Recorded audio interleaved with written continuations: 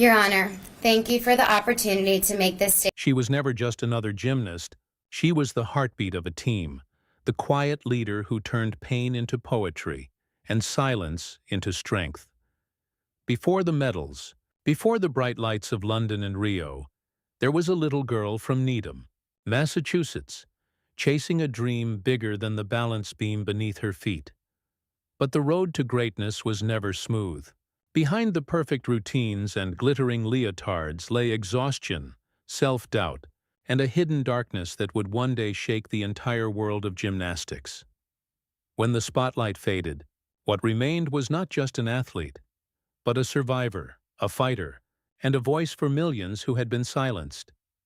This is not a story about gold medals. It's about courage, about standing tall when the world tries to bend you, and about a woman who discovered that her greatest victory would never come from a score, but from the truth she refused to bury. This is the rise, the fall, and the fearless rebirth of Aly Raisman.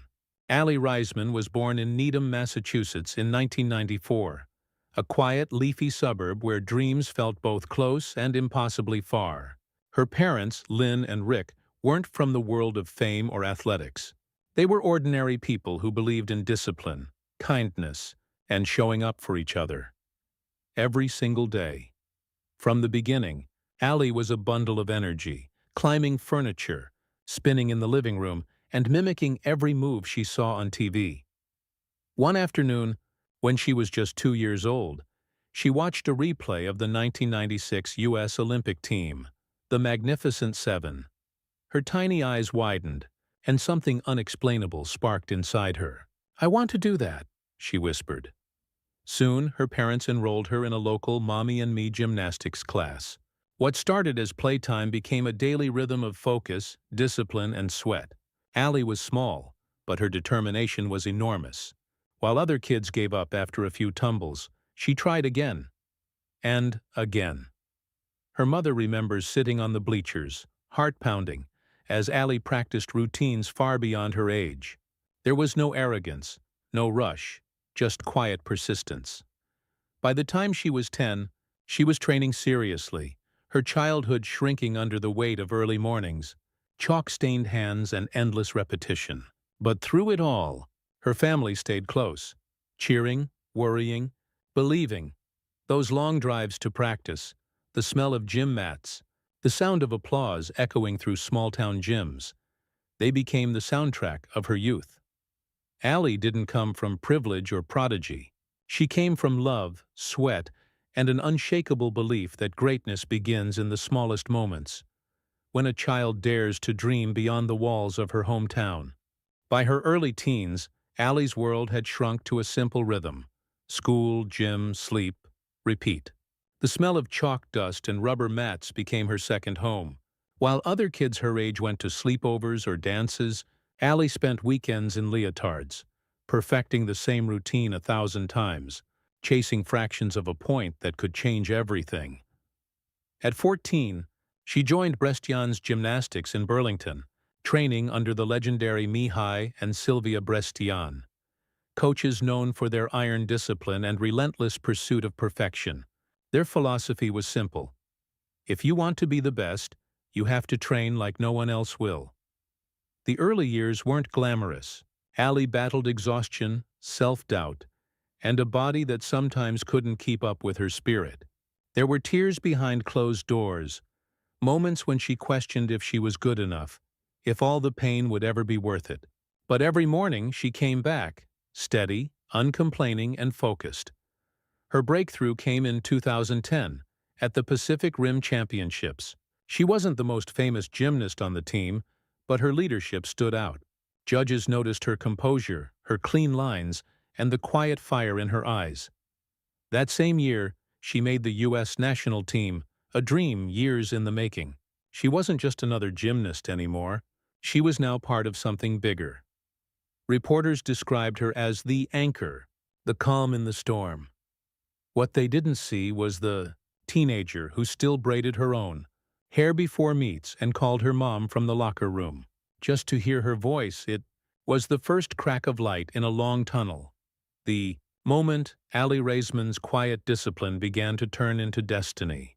London, 2012. The world watched as 5 young women stepped onto the Olympic floor, their faces painted with determination, their nerves hidden beneath layers of glitter and steel. They were called the Fierce Five, and at the center of that storm stood Aly Raisman. She wasn't the loudest or the most celebrated name at first. But when the pressure rose, Aly became the heartbeat of the team. She led with silence, steady, grounded, unshakable. As captain, she reminded the others that courage doesn't come from fearlessness, but from facing fear and doing it anyway. Her performances that summer were electric. On the team finals night, the U.S. stunned the world, gold medals glimmering beneath the London lights. Then came Aly's floor routine, set to Hava Nagila, a song rooted in her Jewish heritage. It was joyous, powerful, and deeply personal. Each twist and leap felt like a conversation between heritage and hope. When the final note ended, the arena exploded. That routine won her the individual gold medal on floor and made her an instant symbol of resilience and pride. Her parents, sitting in the stands, became viral sensations themselves, their anxious faces mirroring every rise and fall of their daughter's routine. For a moment, Aly Raisman wasn't just a gymnast. She was America's sweetheart, the embodiment of discipline, grace, and quiet strength. She appeared on magazine covers, talk shows, parades, smiling, humble, grateful. But even as the cameras flashed, she felt the weight of expectation pressing heavier than ever. Fame is a double-edged metal, one side shining, the other cutting deep. Behind the smiles, her body ached, her mind tired, her heart quietly whispering questions about what would come next. The world saw perfection. But perfection, Aly would soon learn, comes at a price. By the time the Rio Olympics arrived in 2016, Aly Raisman had become a veteran. The captain once again, older, wiser, and carrying not just her own dreams, but the weight of an entire team's legacy.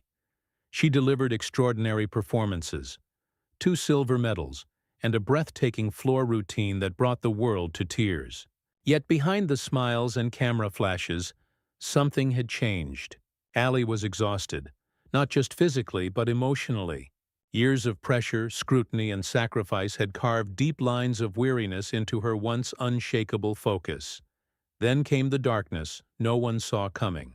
As the world celebrated the heroes of Rio, the truth began to unravel. The horrifying revelations of abuse that had haunted the sport for years. Aly's world cracked open.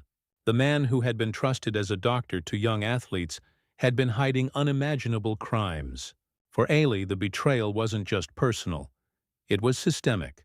The very institution that was supposed to protect her had looked away. At first, she stayed silent, not out of fear, but because she needed to gather the strength to face a monster. When she finally spoke, the world listened. Her testimony before Congress, poised, tearful, but fierce, echoed far beyond the courtroom. In that moment, Aly Raisman stopped being an athlete. She became something far more powerful, a survivor, an advocate, a voice for every girl who had been told to be quiet. The fall of her sport was brutal. Heroes were questioned, organizations collapsed, and trust turned to dust. But in the wreckage, one truth remained unshaken. Aly Raisman's courage was not broken by the scandal. It was forged in it. After the storm came silence, not the kind that soothes, but the kind that demands healing. For Aly Raisman, life after gymnastics was not about routines or medals anymore. It was about rebuilding a self that had been broken, piece by piece, truth by truth. She began speaking, not as a performer, but as a survivor. In interviews, universities, and advocacy panels, she stood tall before thousands and said the words others couldn't. Her voice trembled at times, but never faltered. "We are not defined by what happened to us," she said. "We are defined by how we rise." In 2017, she released her book, Fierce. Part memoir, part manifesto. It wasn't a glossy celebrity tell-all. It was raw, honest, and full of fire. She detailed not only the triumphs, but the darkness. and how facing it became her greatest act of strength.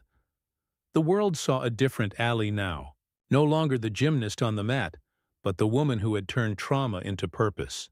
She became an advocate for athlete safety, mental health, and women's rights, pushing sports institutions to reform and protect future generations. Time named her one of the 100 most influential people. Brands, schools, and organizations sought her not for fame, but for her authenticity. She spoke about therapy, vulnerability, and the importance of saying, "I'm not okay," topics once taboo in the world of elite competition. In rediscovering herself, Aly also rediscovered freedom. Freedom to speak, to rest, to live without fear. The girl who once measured her worth in medals had learned something far more valuable: that true strength isn't in standing perfectly still on a beam, but in standing tall after the fall. Aly Raisman didn't just win medals, she changed what strength means in the modern world. In an industry once built on silence and obedience, she became the voice that demanded accountability, empathy, and change. Her courage sparked a movement. Because of Aly and her fellow survivors, U.S. gymnastics faced its reckoning. Policies were rewritten, oversight was reformed. Generations of young athletes would now grow up safer because one woman refused to be quiet. But her influence stretched far beyond the gym. She became a symbol of resilience for anyone who had ever been. Broken by a system and forced to rebuild from the ashes, fans began calling her the conscience of gymnastics. Others described her as the voice of the voiceless.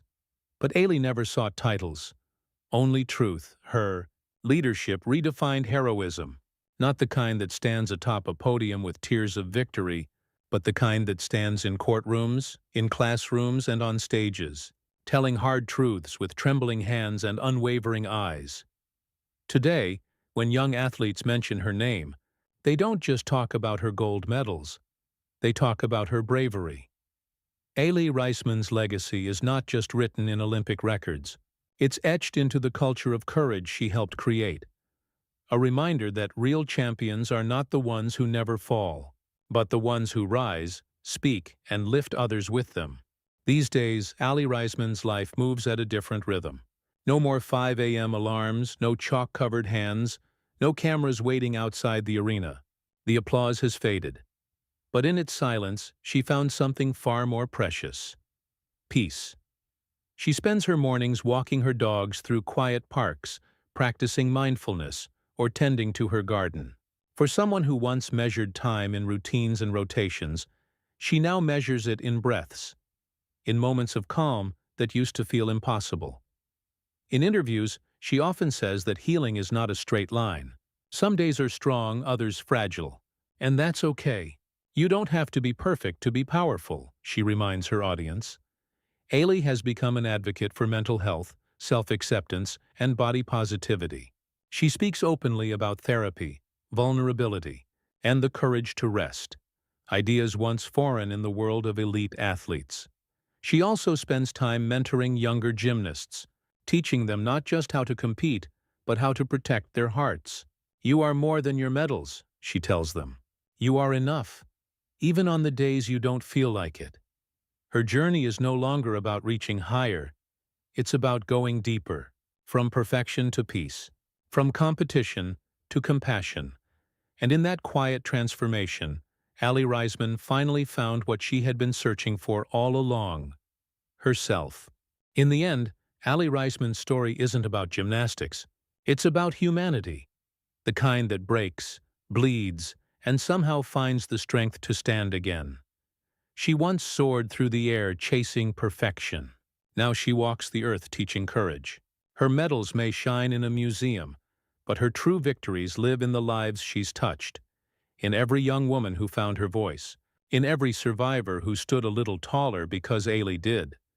She reminds us that greatness is not measured by applause or gold. It's measured by how you rise when the world turns away, and how you keep believing in light when all you've known is darkness. The little girl from Needham dreamed of representing her country. She ended up representing something far greater: the unbreakable spirit of truth, because heroes aren't born under spotlights. They're forged in silence, in pain, and in the choice to speak when silence would be easier. Aly Raisman didn't just stand on the podium. She stood for something, and in doing so, taught the world that the truest kind of strength is the strength to stand tall.